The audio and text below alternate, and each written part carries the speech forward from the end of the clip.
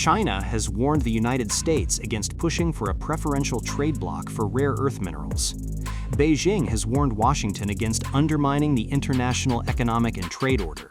Maintaining an open, inclusive, and mutually beneficial global trade environment aligns with the common interest of all nations. All parties have a responsibility to play a constructive role in upholding the stability and security of the global supply chain for critical minerals. At the same time, we firmly oppose any nation that attempts to undermine the international economic and trade order by imposing the rules of small, exclusive circles.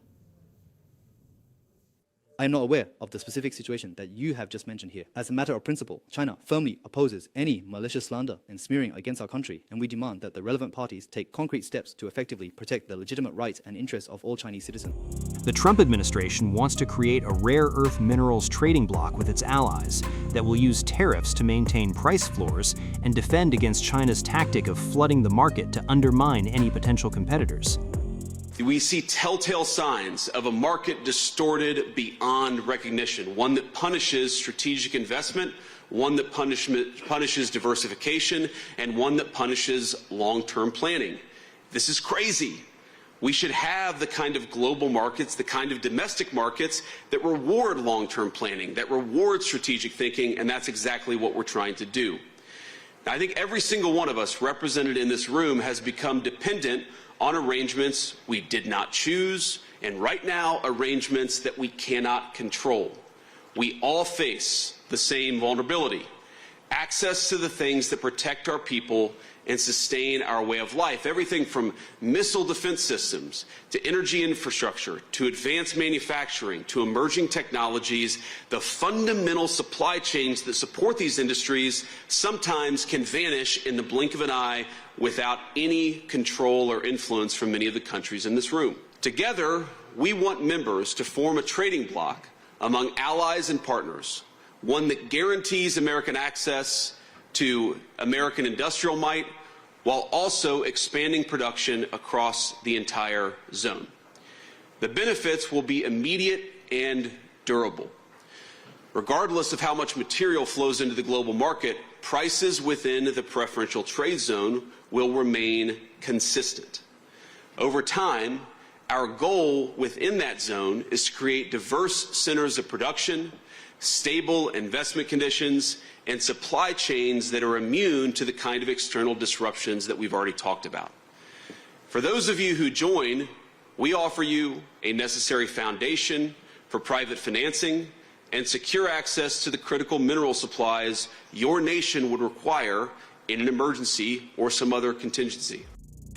According to an Associated Press report, the Republican administration has been making bold moves to ramp up supplies of critical minerals needed for electric vehicles, missiles, and other high-tech products after China choked off their flow in response to Trump's sweeping tariffs last year. Everyone here has a role to play, and that's why we're so grateful for you coming and being a part of this gathering that I hope will lead to not just more gatherings, but action. The United States stands ready alongside each of you as we enter this new age of shared prosperity and security. And I want to end by saying that while we intend to play a key role and an important role and to use the size and influence of our markets to drive this, this is an international, multilateral effort, and it only works. You can only have diversity and choice in these markets if it is broadly adopted across multiple countries. So this initiative here today may be one that started with us, but this is not solely an American initiative. This must be an international, global initiative with like-minded countries who all have one thing in common. We want to see a diverse supply of critical minerals and a secure and resilient supply chains across the world so all of our economies can prosper without ever having these things be susceptible, at worst case scenario, being used as leverage against us, or any other disruption that could come to the market that would undermine our collective economic security. The critical minerals meeting comes at a time of tensions between Washington and major allies over Trump's territorial ambitions, including Greenland. Earlier, Trump announced Project Vault, a plan for a strategic U.S. stockpile of rare earth elements to be funded with a $10 billion loan from the U.S. Export-Import Bank and nearly $1.67 billion in private capital. For years, American businesses have risked running out of critical minerals during market disruptions. Today we're launching what will be known as Project Vault to ensure that American businesses and workers are never harmed by any shortage. We don't want to ever go through what we went through a year ago. Just as we, although it did work out, thank you. Just as we have long had a strategic petroleum reserve and a stockpile of critical minerals for national defense, we're now creating this reserve for American industry so we don't have any problems. This historic initiative will combine $10 billion in export-import bank financing with $2 billion in private sector financing, and we even expect the American taxpayer to make a profit from the interest on the loan used to start the Project Vault. We benefited from having the biggest manufacturing CEOs, the smartest market players at the table, all looking to solve this problem. So what we have with Project Vault is marrying the capital solution with what we need when we need it most. And the best part about it is that the American taxpayer will earn a return on financing the first ever strategic critical minerals reserve in history.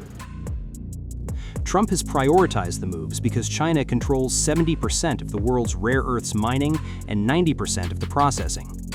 The European Union and Japan together, as well as Mexico, announced agreements to work with the United States to develop coordinated trade policies and price floors to support the development of a critical minerals supply chain outside of China, the Associated Press reported.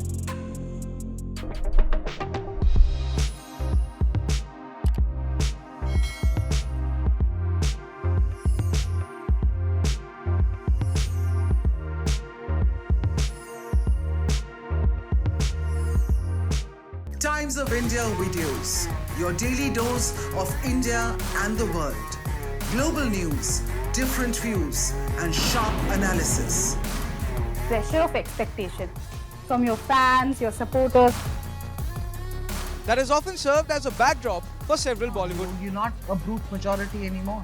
If you individually take out data. Making sense of global conflicts. Tracking the new emerging world order. Strike on Israeli military bases. A multi-pronged. To stay out of harm's way as Israel started bombing targets across. Understanding changing alliances in a polarized world. Tune into TOI videos for all this and more. Click on the bell icon to subscribe and never miss an update.